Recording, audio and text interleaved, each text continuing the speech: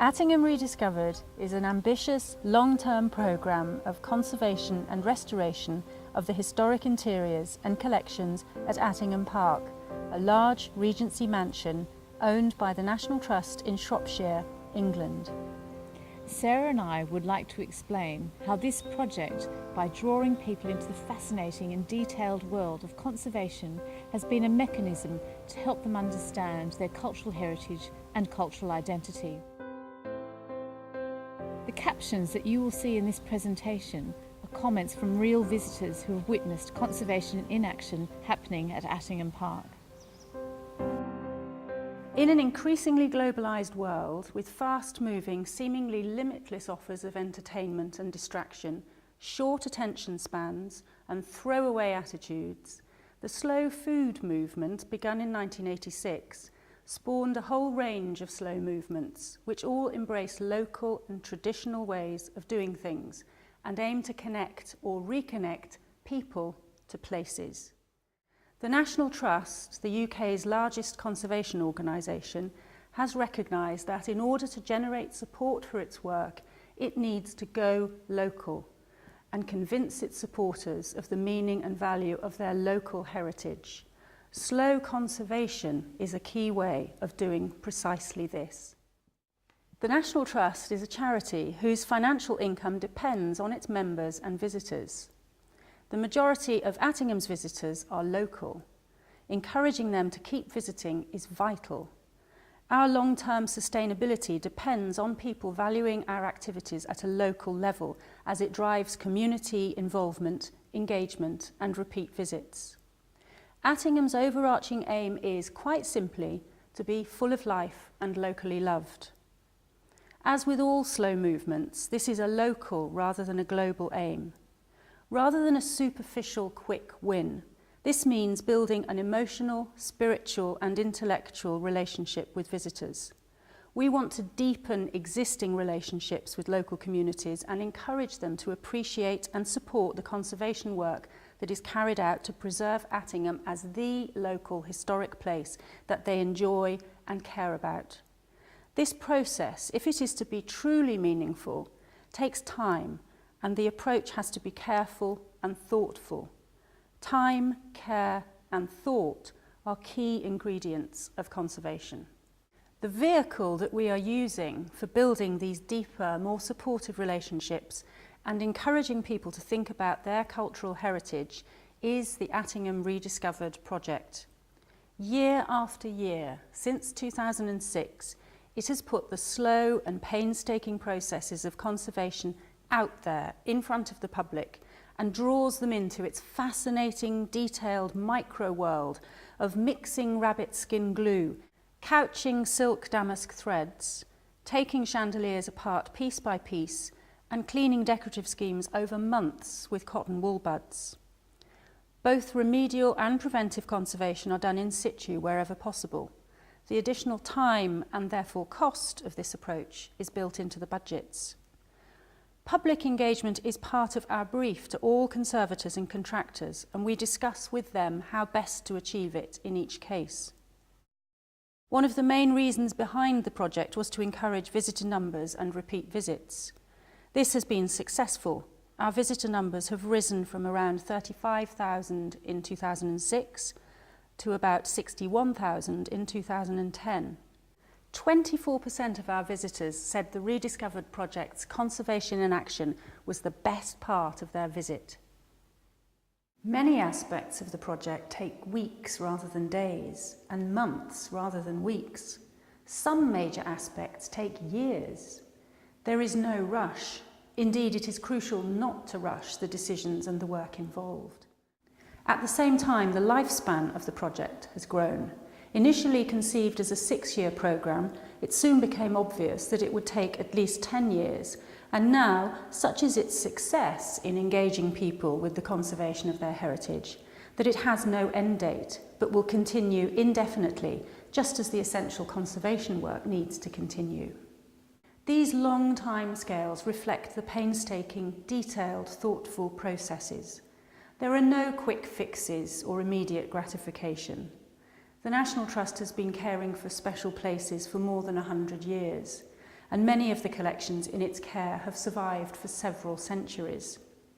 We want to demonstrate to our visitors that we are in this for the long term and that the processes of conservation move at a different pace within a longer timescale than those of their everyday rushed lives.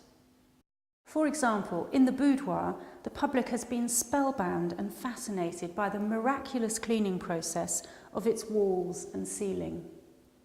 This is conservation on a grand scale of a whole interior which has enhanced the true beauty of a precious late 18th century decorative scheme.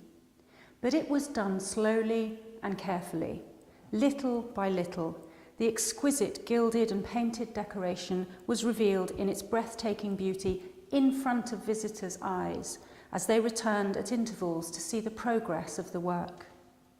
It took 18 months of painstaking cleaning by a painting conservator using nothing but cotton wool buds, deionized water and a small percentage of triammonium citrate. The process was carried out entirely in front of visitors so that people grasped the vast timescales involved. Many visitors returned at monthly intervals to see how the work was transforming the appearance of the room. Conservation has been defined by the National Trust as the careful management of change. This also addresses another of the slow movement's concerns, that of sustainability. Conservation demonstrates how, through the careful management of change, the lifespan of places and objects that people value can be prolonged and sustained rather than becoming worn out and discarded. People are generally wary and mistrustful of change. It can mean risk and it can threaten people's heritage. Conservation, on the other hand, can represent hope and continuity, a way of slowing down the inevitable effects of time in an increasingly fast-changing world. It can protect cherished, beleaguered values. It means that people have the chance to encounter places and objects that were part of past generations and that are linked to universal, timeless human stories. This is powerful, emotional stuff. People recognise that conservation is our best chance of ensuring the fragile past remains tangible and does not crumble into dust. On the whole, our visitors trust the processes of conservation and have faith that we are doing the best to preserve and enhance their heritage. However, it is not just conservation per se that encourages people to identify with and get excited about their cultural heritage, but conservation in action. It is through witnessing conservation work actually happening that people really grasp this and gain a sense of the true timescales, the attention to detail, and the lengths that are gone to in order to maintain their heritage. It is one of the most powerful ways of engaging visitors because they are as, if not more, interested in the processes of conservation as the outcomes. It is an ideal way of building up relationships with visitors over time as they return again and again to view progress. As a result, their understanding of the heritage on their doorstep and sense of involvement with it increases. Conservation is not something that happens in a back room, but something that we are putting on a platform and celebrating. And here we have a painting in the middle of conservation treatment. Attingham is not a museum with objects in glass cases, but a historic home with vulnerable interiors and collections on open display, welcoming thousands of visitors a year. So it's not just the big, sexy, remedial conservation work that we champion, but also the day-to-day, unsung, preventive conservation. Thus, visitors begin to understand the daily battle with the agents of decay that is being fought to preserve their heritage, yet also provide them with as much access to it as possible. Understanding these processes can reinforce people's appreciation of what they're looking at, make them marvel at how it has survived, and become interested in how it can be protected into the future. Greater insight and understanding leads to greater appreciation and turns passive visitors into active supporters. Witnessing our conservation and housekeeping processes can help visitors re-evaluate their own personal possessions, learn more about how to care for them for the next generation, and reinforce their sense of values, making the term heritage more personal and more relevant. They come away with a deeper, closer relationship to the place and things that the National Trust cares for on their behalf using their membership money. For the people of Shropshire, Attingham is part of their local heritage, and the Attingham Re-discovered Project aims to help them connect and remain connected with it. Attingham Rediscovered puts conservation in both its broadest and its most detailed aspects right in front of people's eyes, gives them an eyewitness insight into the complexities, the timescales and the processes, and then makes them think. Our visitors are encouraged to be active, not passive. We don't just show and tell, we ask. The project first tries to hook them into heritage by awakening their curiosity, bring that heritage alive, and give explanations about the aims and techniques. And then, crucially, it asks questions like, what would your priorities be? How would you spend the money? How important are these silk curtains? By drawing visitors into our processes, our dilemmas, and the constant weighing up of conservation priorities, visitors are challenged to consider what their approach and priorities would be when presented with the next step that the project is taking. This is done primarily via simple interpretation panels which clearly set out our conservation dilemmas and give intriguing insight into technical terms, historical details, and hidden secrets. Even more effective, the dialogues that visitors have with volunteer room guides and rediscovered tour guides, where real debates and discussions can be had in a truly engaging way. Visitors respond very favourably to being asked to join in the conservation debates, rather than just being told dry facts. They're stimulated, intrigued, and stop in their tracks rather than just walking on through the rooms.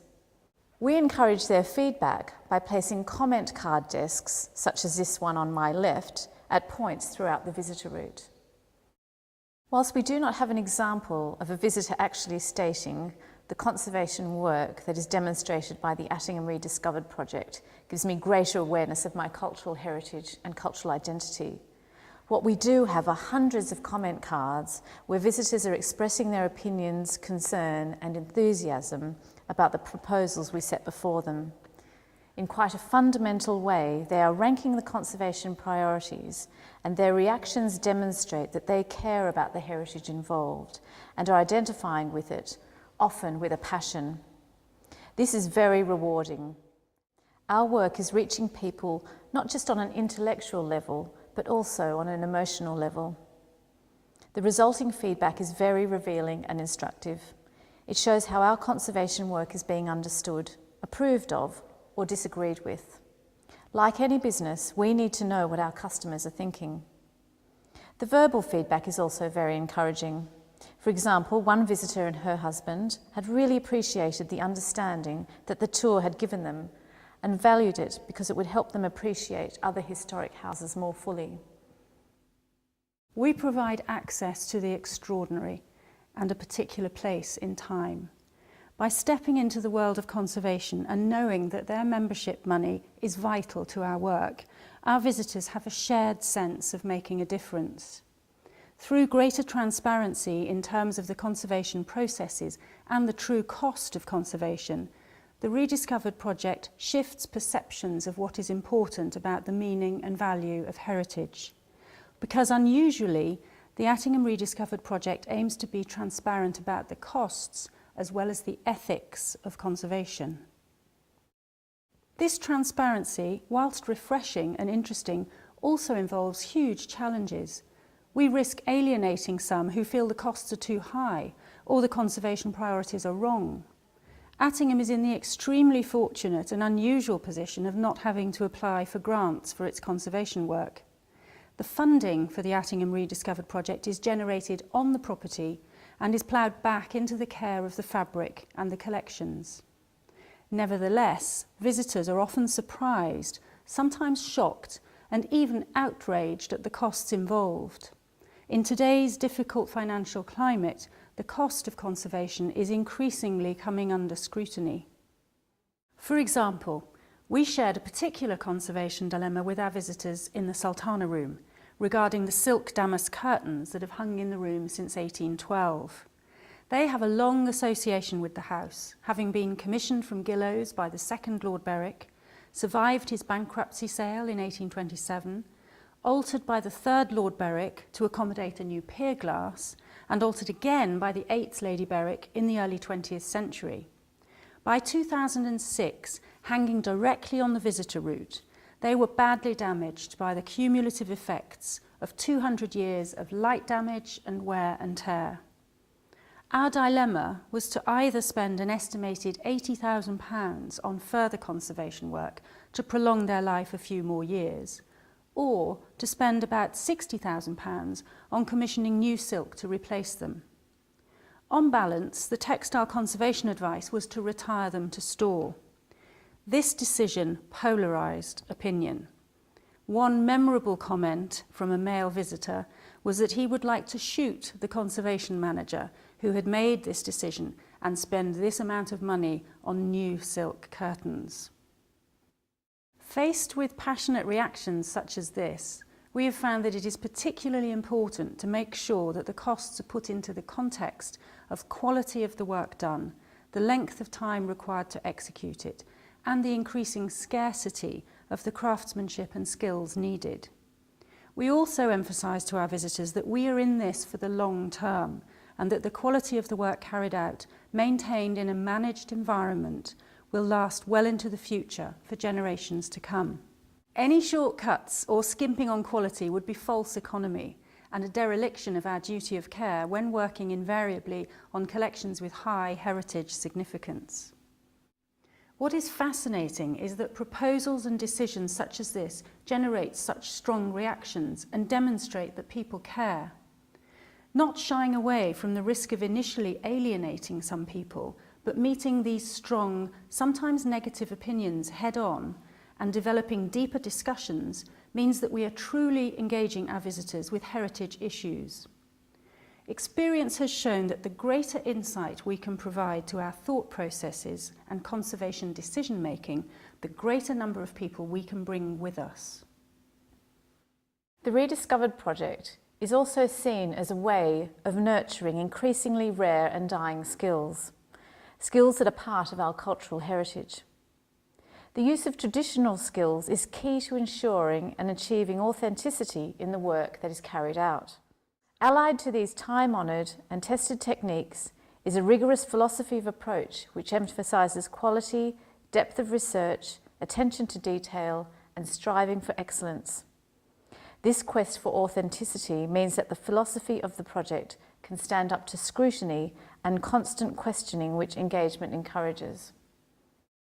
Visitors consistently find the conservation work inspirational in its quality, its attention to detail, and the degree of care and skill demonstrated. For example, we went to great lengths to engage visitors with the conservation of a decorative distemper scheme on paper dating from 1807. We explained our philosophy of approach, which was to conserve, but not to restore, the archaeologically recovered areas and to recreate the areas of loss as new. This approach was quite complex to convey, but became more understandable when witnessed in action. Despite the tricky, confined working spaces of stairs and corridors, the conservators worked in full view of the public, as they uncovered the original scheme from beneath later layers of oil paint, and recreated the areas of loss using exactly the same techniques, skills, and materials as originally. This was really brought home to visitors as they could look into the purpose-built studio where distemper paint was being mixed to traditional recipes from scratch using ground pigments, handmade paper was being trimmed, and stencils were being cut in order to create the applied decorative elements. They could handle a range of tools that the conservators were using, including brushes, spatulas and rollers, and tried their hand at tack stamping the paper and painting trompe-l'oeil lines. Seeing these skills put to work and hearing the conservators giving talks and answering questions about their work was compelling and fascinating. From the start of the project, evaluation of public reaction has been undertaken. The quotations included throughout this presentation are from visitors to Attingham over the last 5 years in response to the project's conservation work. We know how our visitors are responding and how passionately they care about their heritage through the feedback they give us. We also know that visitors come to Attingham to share certain values with their children, values that they cherish and want to pass on to the next generation, which is what heritage means on a personal level. It also implies a sense of care and continuity in an ever-changing world, which is surely what conservation is all about. Visitor research in 2010 summarised it thus: from talking to visitors, it is clear that there is a genuine fascination in witnessing the process of restoration and conservation at first hand. Visitors particularly enjoyed the opportunity to see conservators at work, as this offers such a different and unique experience compared to seeing properties which are complete and finished. They also felt a greater sense of involvement because they were being invited to reflect on the issues and dilemmas faced by curators and conservators and to consider their own views and opinions. Numerous visitors talked about being astonished by the level of detail and time involved in the conservation and restoration work, which was a complete eye-opener to many, and several commented on being fascinated by the philosophical dilemmas which the National Trust is grappling with. In conclusion, the Attingham Re-discovered Project continues to actively engage the public in the complex decision-making processes of conservation. It draws them into an open debate about the ethical, practical, and aesthetic dilemmas and stimulates discussions about the meaning and value of their heritage. By revealing passionate and sometimes controversial polarities of opinion, it is encouraging people to explore, engage with, and reassess their attitude to their local cultural heritage and how much they value it. And finally, as a postscript, we've taken our conservation in action out there into the wider world by filming the project's conservation work. These films are posted onto our very own YouTube channel, which is called Attingham Park TV, to intrigue and invite even more people to come to Attingham to get hooked into and identify with their cultural heritage.